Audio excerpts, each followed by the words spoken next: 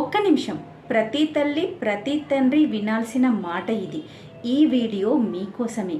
మీరు బాధపడే తల్లి అయితే, శాంతి కోరికతో ఉన్న తండ్రి అయితే, ప్రతిరోజు పిల్లల కోసం అలసిపోయే ఒక మంచి మనిషి అయితే ఇది మీ హృదయానికి తాగుతుంది.